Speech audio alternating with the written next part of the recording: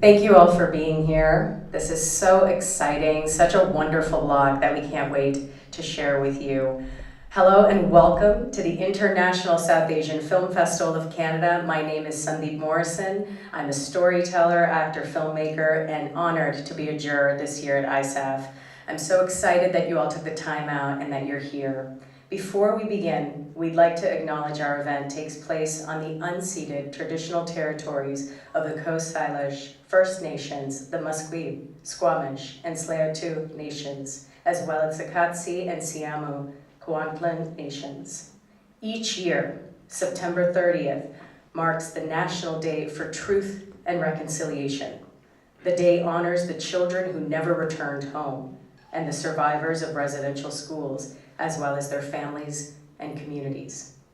ISAF is a testament to the collective efforts of a community that believes in the power of South Asian narratives. Our theme this year is Crossroads, to celebrate South Asian cinema and culture as a hub and place where many roads intersect. Special mention to our platinum sponsors, RBC, gold sponsors, ADMI Group, Allure, Creative BC, Canada Media Fund, Telefilm, KPU, City of Surrey, Warner Brothers Discovery Access Canada. We are here for the collection of shorts titled Raising Parents. Relationships with our parents continue to grow and morph as we come of age. I know this intimately because I'm a parent of two. Each film in this block captures the unique and complex relationships parents have with their children. From bringing in a new life to passing on, these films are filled with heart, hope, family, and connection. We are lucky to have some of the filmmakers in attendance with us today, so please stay for a wonderful Q&A afterwards for our screening and for an engaging discussion and really learning their journey and bringing their stories to life. I'm going to invite Kirtana up here to share some words. Thanks, Sandeep. Wasn't Sandeep great? Also, did you guys get to see Sandeep's short last night? Because it was absolutely incredible. I just wanted to say, yes, round of applause. What a genius. I just wanted to say before we start, we are going to show a couple of videos from some content creators. This is an initiative that we started last year and really took off for us. It was something that I think we're really proud of, and it allows creators to be able to show their content in a way that is, a lot more visible than it, not just to social media, but to, places like film festivals, like the world. So we're really proud of doing that. And fun fact, last year, one of our filmmakers saw one of the content creators' videos, contacted them, and now they have a short playing this year, which is pretty amazing. So who knows what'll come of it. But anyway, check that out right before, and then we'll start the shorts. Thank you guys, enjoy the show. Woo!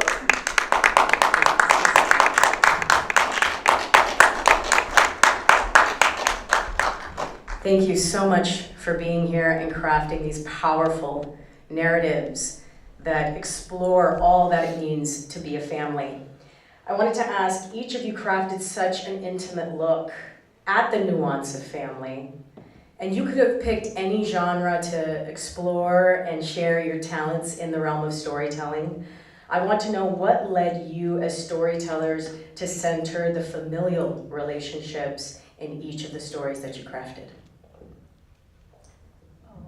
I'm not the filmmaker. Mira is the amazing filmmaker. Okay, so the question was about why did we choose this specific genre? Yes, of all the genres to choose, what pulled you into exploring family relationships? Because I feel, as we all know, it's one of the toughest ways to explore stories and share them. What inspired you? Yeah, so a lot of things inspired Learner's Permit. Aside from family relations, I love grounding stories in the relationship of families.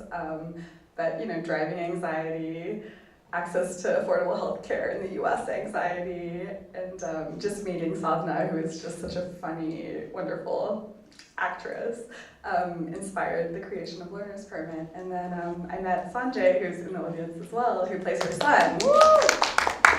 He was my Bollywood dance instructor, and he just had that positive energy, and I just wrote the script with both of them in mind because I could just see that they would just like work so well in this particular instance. And I love the idea of a family where the roles are reversed a little bit, and then the genre of comedy just suited that so well, especially because of Sana. I think that kind of drove the tone of the film. Thank you. I just want to give a shout out to Vali and Srijan, the documentary Amma's Pride, and also our director, Shiva, who is he's in Chennai. My world of story, I'm one of the producers on the project, and I love stories about family. I feel like what happens in the four walls of the house shapes who we are, shapes our politics, shapes how we go into the world, and so I make documentaries, and most of my stories, wherever they come from, come into the home. It's the microcosm of the world. This particular story came to me after a year. Shiva was directing this project, and I was born in Thoothukudi, the town in which this story takes place. I went to school there till 5th grade. My mother's family still lives there, her siblings, their children, and in Thoothukudi, the way people settle anything is they pull out their machete and they're out, hacking each other. So it is a homophobic place. It is not a place where there is this sort of, profound acceptance, right? And when I saw the footage, I was like, oh my God, like this needs to be told. And I was really glad Shiva was on board. And then I'm like, why are you a cis man and a cis woman doing this project, right? And then we kind of went through that for a few weeks and talking about it. And then we decided the story was important. We needed to have on screen really powerful portrayal of acceptance, of believing, of imagining what's possible, and with the ease with which Wally was going about doing it. Like I feel like I watched and 30 hours of the footage, not once was Shuja mispronounced or anybody in the family. Like it just was just such simplicity with which everything was happening in the footage was profound. And we felt like this was our journey to sort of be be proper allies in taking the story forward, and that was our journey. Yeah. Hi, I'm Salim, the director of A Post Term, and this is Shezi, one of the stars of Post Term. You may not recognize him without the mustache. Yeah, mustache.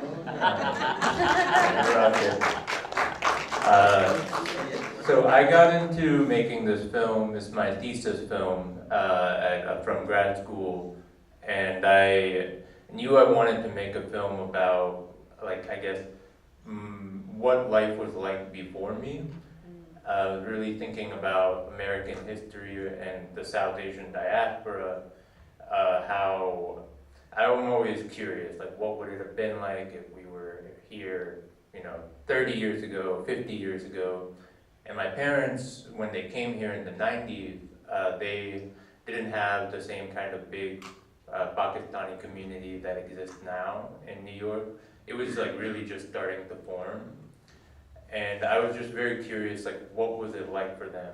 I only know them as parents, and I wanted to imagine them as people, as people in a relationship. And I was always interested in the fact that I was post-term. I always wondered what was that like for my mom to have to carry me those extra 2 weeks. It changed my astrological sign. I was supposed to be a Leo. And now I'm a Virgo. So that must have been hard on her.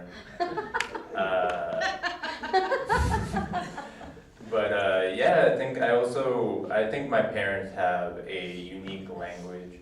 Like they are both rebels in their own way, and they got married in an arranged marriage. They did the thing that everyone told them to do. But I think that their love has come out of their little defiances of the norms. And one big thing is that my dad is a poet, and he stopped doing poetry. But with this film, recently he started to get back into it, and I was trying to pinpoint when did he start going back to poetry. And I learned through making this film that he had started to write after he met my mom, like pretty soon after, in the 90s. And the poem at the end is a poem that he wrote based off of their marriage, and like in 1995. And that's like one of the first poems that he started writing again. Beautiful. I want to shift to acting, to asking the fabulous actors that we have. Please, yes, another round of applause. Just a beautiful way that you've depicted these characters in terms of the nuance, whether it's a mother learning new things or an expectant father. I wanted to ask, what was your process like? What pulled you into this world of storytelling as actors? Oh my goodness. I started after I had another career, and it was something that I just ended up really enjoying to do. And then I had done another project with Mira, and I had a small role, and then she called me and she said, you know, I have something else, can you read it? And I thought she wanted me to just look at it, you know, give her some feedback. And I was sitting there and she said, I actually wrote it for you, and it's for you to star in. And so we talked about, you know, her, and I felt like I understand her. I mean, I have a child who's 27 years old, and I'm not the best driver in the world, so there was just so much of myself that I was able to bring to this. And one of the things that Mira laughs about is my daughter had told her that one of my idols was Danny DeVito. So I just thought, well, you know, I love the way he just does comedy, and so she wrote a story where I could just literally do him and you know, just be inspired by him, and it worked. I think for me, playing Horace, it harkens back to a certain time of our parents. I think Celine put it quite eloquently. It in many ways describes the relationship that my parents had. I think Horace plays a certain archetype of the South Asian male from back in the day, as a father-to-be, as a husband, and this relationship being one where unmet desires are often unspoken. And that's sort of the crevice in which both of these characters interplay, Horace and Rima. So for me, I drew motivation and inspiration from my own background and looking at my parents and how their love has grown exponentially. My parents were it was a love marriage, so a little different. But even then, culture, tradition, the man being a provider, oftentimes at the expense of romance, can sometimes lead to these little moments and nuances in the course of a day, which I felt post-term captured really well. So for me as an actor, it was really rewarding to play with that and really just have a lot of fun with it. Beautifully said. I wanted to shift over to the storytelling mode, because whether you're capturing a family in a fictional setting or especially in a documentary setting, the intimacy, because we all felt like we were flies on a wall in these families. That's what it felt like, the way these stories are woven together. As filmmakers, what tools did you lean into to create that ease of sense of unity on screen with your cast or with the subjects you're capturing?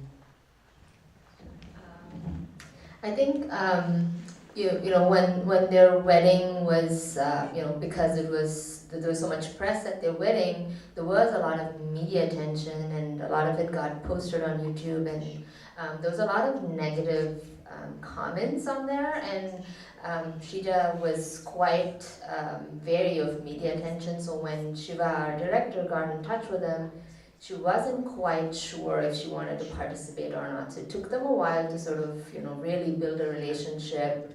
And I think over time, nobody else really cared about that story. And what Shiva started noticing was like the media was talking about obviously the importance of the historic verdict, which continues to, I mean, since then, we have now heard a number of trans people who have been able to get their marriage registered after this historic win. But Shiva started seeing how important Vali's love was, the mother's love was, and nobody was telling that story. So once we knew that was our kernel of truth, then we kind of got comfortable with that lens, and so it was really spending nearly 4 years with them, like on and off, spending a lot of time when we're not filming, and just letting them get comfortable with us. So that was our.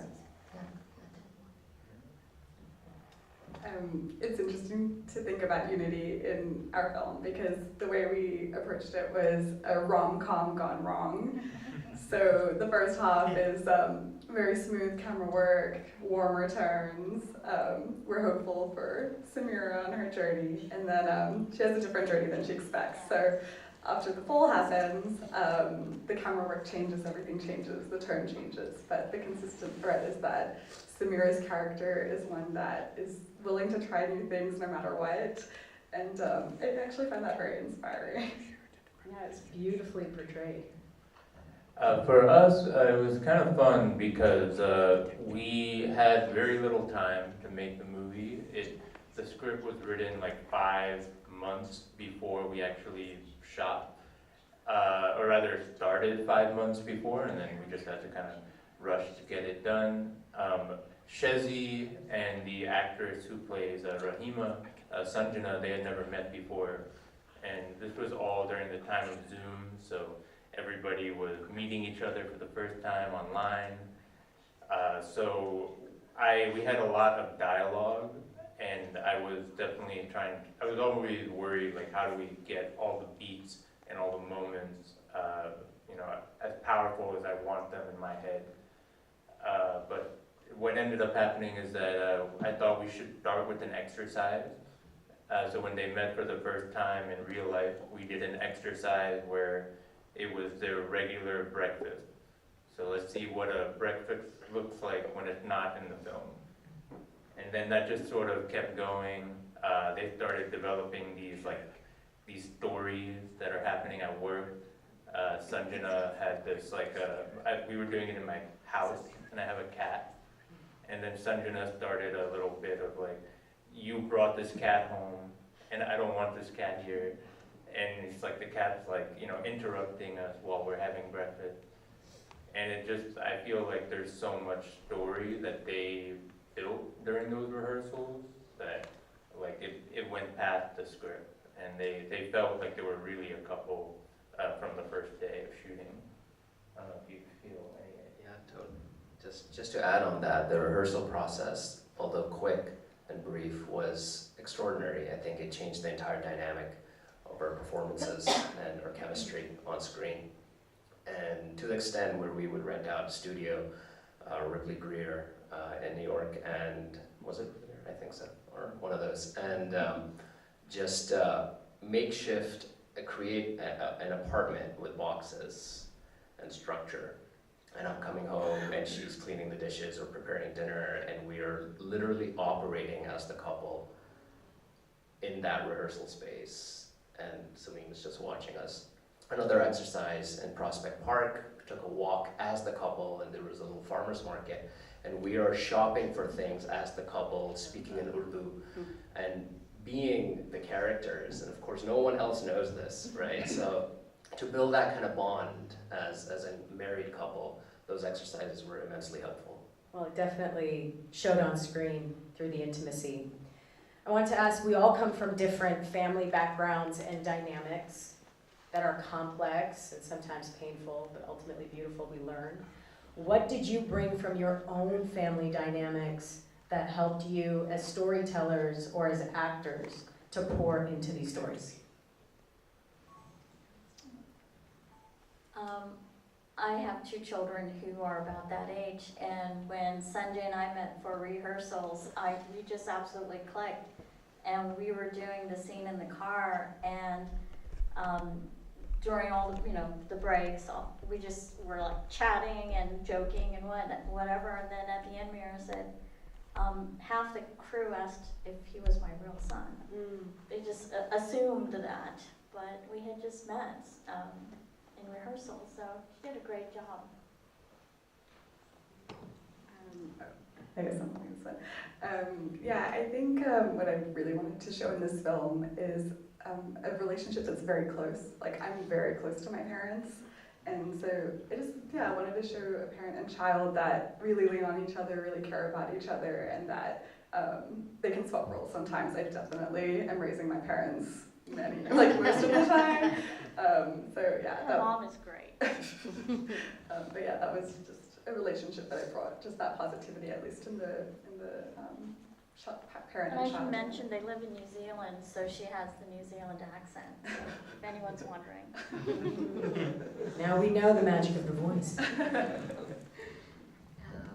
I think I definitely channeled my dad, who is no more, but he was this wild parent. You could, I think my sister was in her 11th or 12th grade in India, and she's like, Dad, I want to go on this bike rally in, Himalayas for 2,000 kilometers or so. This was pre-cell phone, and my dad was like, sure, any you can go to my dad with whatever, and he would never say no, but he'd find me, So and I felt like I saw a lot of whatever Bali was in some way. So yeah, I was channeling my dad through the filmmaking. I was lucky to be able to make a film based off of my parents and where we grew up in Long Island. So a lot of things are lifted from real life. I had a lot of conversations with my aunts because I wanted to know what it was like for all the women in my family during that time. So the story about like the healthcare, the days off, like one of my aunts told me that she used all of her PTO for her maternity leave, and there was nothing like that. That's like what we have now for them back then. And yeah, I'm just very grateful that my family opened up. They're kind of cagey, not very. We're very concerned about how we appear publicly, but they definitely let me in. And even with my dad, he actually gave me the poetry books that he had in high school. So what she's reading on screen is actually my dad's poetry from '78. Please. Before we wrap up, I would love for you to share how we can support you as an audience, your social media handles, and how we can support these powerful stories. So if you could introduce yourselves and tell us where we can connect with you, that would be wonderful. Sure. I'm on Instagram, sadhana.simply777, and I don't post a lot, just my actual projects. I don't post what I eat for breakfast type of thing, so not one of those people, but you can find me there. She's actually great on social media, so definitely follow her. I feel like you're better at social media than I am, but you can follow Darling Street Pictures. That's our production company, and I'm on Instagram as well, Meerjo, MEERJO. Our film has an Instagram handle, Amma's Pride Film, at Amma's Pride Film, and the website is the same. We finally managed to get passport for Vali and Shija, which was quite the struggle. So hopefully so we are embarking on this ambitious impact campaign. So we'll start off from New Delhi in December, and then we'll be going to about 6 cities in India. After that, we want the film to be seen in as many villages in Tamil Nadu as possible, and we are doing a pilot thing with about 4 districts in Tamil Nadu, and our goal is by next year to hit at least 1 million people in Tamil Nadu with the film. And we would wrap it next year in June with Vali and Shija coming here and doing like a 6-city tour in the US and maybe Vancouver and Toronto, we'll see. We're raising money, we are trying to get in touch with people who can connect us with resources or venues or organizations. So follow us and support us in any way you can. Thank you. Yeah. No, I'm excited for people to see the film, especially South Asian families in the U.S. and North America. It's still relevant to us here. So you can follow me on Instagram, Salim and Gondol. The film actually was picked up by Focus Features through this program they have with for student film. So you can actually watch it online. So it's on our social media, so you guys can find it there and spread the word if you think anyone would like to watch it. Woo! I'm on Instagram, shazi.sardar. Nice. That's All it. right. Lots Yeah. Yeah. fitness pictures. Yeah. Thirst traps. Famous- Thirst Thirst traps. Post more photos with the mustache. Yeah. Thirst traps with the mustache. There it There is. you go. I think that's a new look. Yeah. Oh, that's a good bio. Thank you all so much. Can we get one more round of applause for these amazing storytellers? Please follow and support them. And thank you all for opening your hearts. We really appreciate you being here. And thank you, ISAF. What a great blog. Big round of applause for